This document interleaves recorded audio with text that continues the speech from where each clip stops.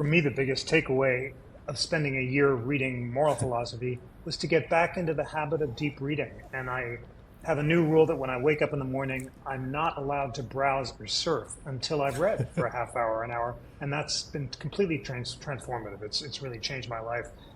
Tell me about your students at the University of Chicago. They're all deep readers. How does that practice of deep reading change them? And is it important to read at the same time every day? Or how do you develop the habits of deep reading that you can The share habits with of our deep listeners? reading. Yeah, I mean,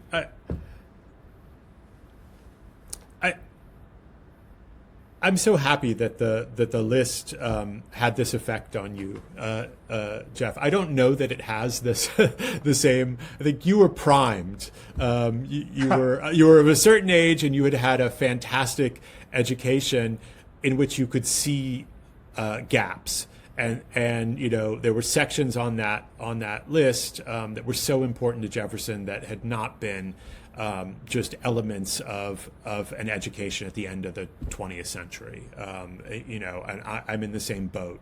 One of the things that the list teaches us is,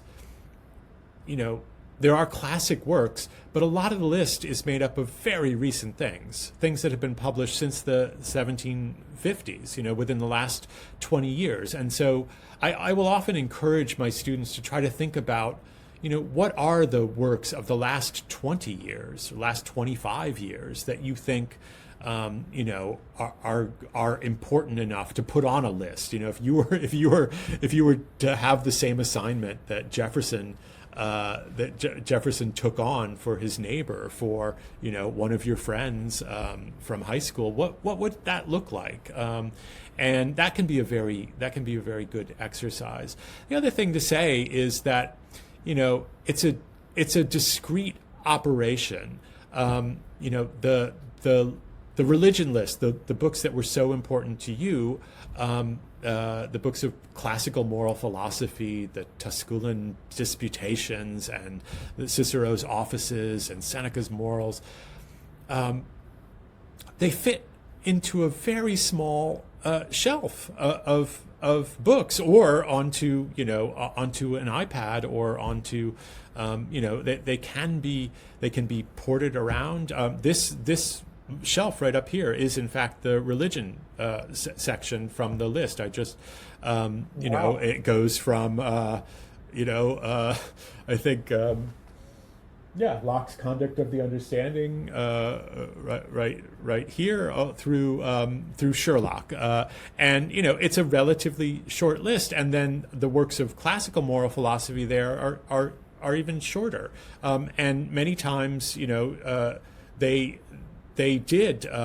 could be acquired in these very small volumes that one could put in one's pocket and walk around with. This is an example of a Latin version of the Tusculan Disputations, published in the 1740s by one of Jefferson's favorite publishers, the Foulis brothers, in Glasgow. But this is the version that would have been available in English.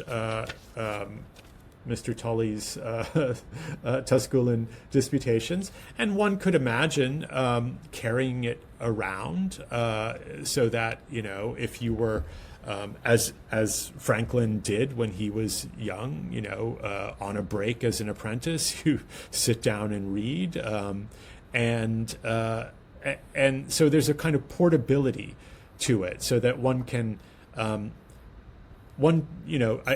think you had the idea of making time every day, I think, is really important, but not all of us can find the same swath of time in our days. But on the train, pulling out your Cicero, or as you're commuting, listening to it on tape, or something like that. I think there are opportunities to engage with ideas and in their material form in all sorts of ways now, that allow us to maybe break out of old patterns.